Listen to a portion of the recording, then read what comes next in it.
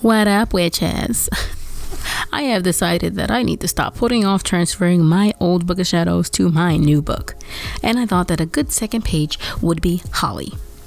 That's not to say that it's going to remain the second page, because if you've seen the previous video, then you know that I am transferring my old book, which is bound, so I can't move the pages around at all, into my new book, which is a binder, so I can move them around as I please. So even though actually it's more like the first page, even though the first page is going to be holly, because the second page is now periwinkle, which was the first video I did, but I'm getting off tracks. So even though the next page that I'm going to be illustrating is holly, that doesn't mean that it's going to remain the next page of my book and that I can now move them around, because I decided to switch to a binder, and it was a great decision, even though it's a lot of work to switch all my pages over. I didn't have like a ton in my original book, but it's still a lot to redraw everything over again. Also, if you don't know, I am doing everything by hand, the drawings at least, and then the rest I am transferring onto my computer. So what I do is I draw out the drawing that I want, or the herb or the plant that I want. I scan that bad boy into my computer, and then from there, I do everything digitally. I write all the information I want in there digitally, and then I print it out on this lovely toned paper, and then I put that bad boy into my binder, and that is how I'm going to be doing my Book of Shadows from now on. So anything in this series will be done like that. Probably I might change my mind at some point. I might want to not color it in digitally, and I might color it in traditionally. But most likely I'm going to be doing digital color, or just leaving the image black and white, and by that I mean the plant or the herb that I'm going to be drawing is either going to be in black and white, colored digitally, or colored by traditional means. But I'm still going to be printing out a picture of the page, or I'm going to be printing out an information page, whatever. You get what I'm saying. Anyways, let's get into this a bad boy. Anyways, for the sake of this video and for the information in it, the type of holly that I'm going to be illustrating and talking about is Ilex aquifolium, or European holly. It goes by many other names, including Christ thorn, Hulliver, holm chase, holly tree, tin, I don't know if I'm saying that correctly, black drink plant, scarlet oak, kern oak, evergreen oak, needle leaf, bat's wings, which is my favorite of the bunch, and just plain old aquifolium. I can see where the bat wing things comes in because of the thorns at the end. You know how bat's wings have like the claws at the end of their wings? I could see where they're getting that from, and that's also my personal favorite. But I'm not going to be referring to this as bat's wing in this video. I'm going to be referring to it as just plain old holly this whole time. This plant is native to Europe, North Africa, and South Asia. This plant is known for having glossy dark green leaves and bright red berries. It is most commonly used in holiday decorations, and it is often mistakenly called mistletoe when used as such, but that is a plant that I will get into at another date, and I will get into also why it's also misconstrued as mistletoe. I don't know why people do that. They are two completely different plants. They don't even look that much alike, but whatever. Before holly was used in many a Christmas decoration, it was a plant that was regarded as sacred to the Druids.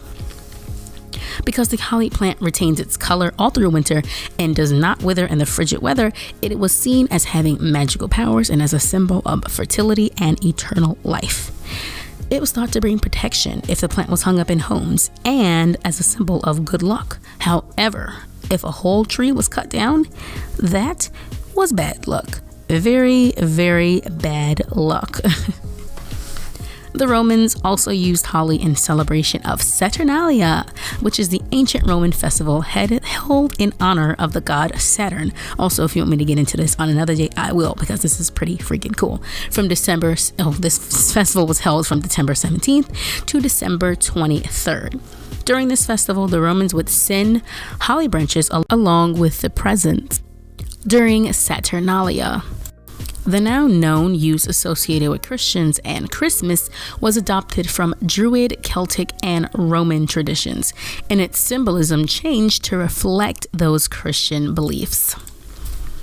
The symbolism, the crown and thorns, and the red berries representing the drops of Christ's blood, along with the belief that Jesus was crucified on a cross made of holly, is where the roots of this symbolism begin to change.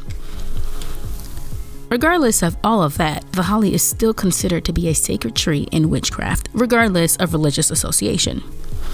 Holly is still considered to be a protection in general, but particularly against lightning strikes, spirits, malicious spells, poisoning, and is oftentimes planted around the home. Holly is also considered good luck if it is carried around, but this is usually for the masculine inclined, as the feminine inclined would opt for ivy, as it is the feminine counterpart to holly. Holly is used magically for protection, good luck, consecration, physical revenge, beauty, death, rebirth, dream magic, balance, success, and prophecy. Because holly burns very hot, its magical element is fire, and it can be used to enhance the magical properties of fire spells. And the wood of holly is a very hard wood, and it is excellent wood for wand making because it is excellent wood for carving. The folklore behind bringing holly into the home around Yule is to offer the fae the shelter of your home in winter. But once you bring the holly in, these holly must then be burned on Imbolc in order to ensure that these fae don't stick around and cause trouble for the next year. However, a small branch should still be hung outside of the house for protection, especially against lightning. Apparently, people get struck by lightning quite a lot. Medically, the leaves of holly used to be used as a diaphoretic, which is to say that it causes sweating, and they were given to people suffering from bronchitis, pneumonia, influenza, and smallpox. But that was a while back.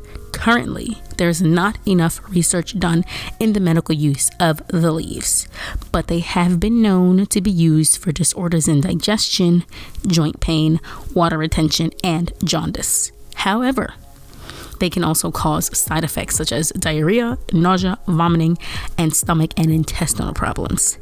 The fruit on holly are poisonous and can cause severe vomiting and diarrhea.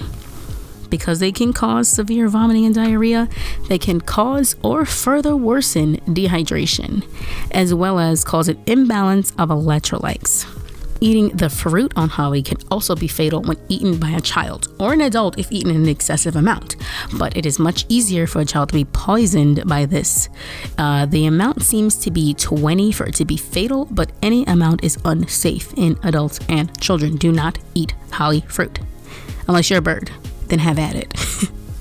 The fruit on holly are poisonous and should be treated as such. Please use caution and don't go around eating berries when you don't know what they are. They're not even berries, but I'm going to call them that for the sake of this video. Anyways, I hope you guys enjoyed my little history lesson on holly. I am planning on doing more of the Book of Shadow series. If you're interested in the first page in the series, I will link a description down below. But that video was more informative on how I put my pages together and the techniques I use and what applications I use and programs I use in order to get the picture the way I want and all that other junk. But from here on out, the rest of these in this series will be more in this style, which is an informative video about the herb that I am currently working on. So hopefully you enjoy that style, because that's the style they're gonna be in.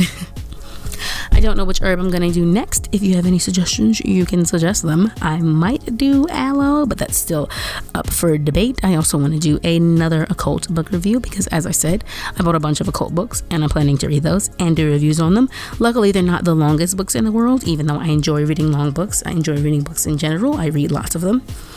So I am planning to do another one of those, but after that I do want to do another Book of Shadow series. Also, I need to film my Book of Shadows and I'm being lazy, so I would love to do another one of those. Okay, that's all. Bye.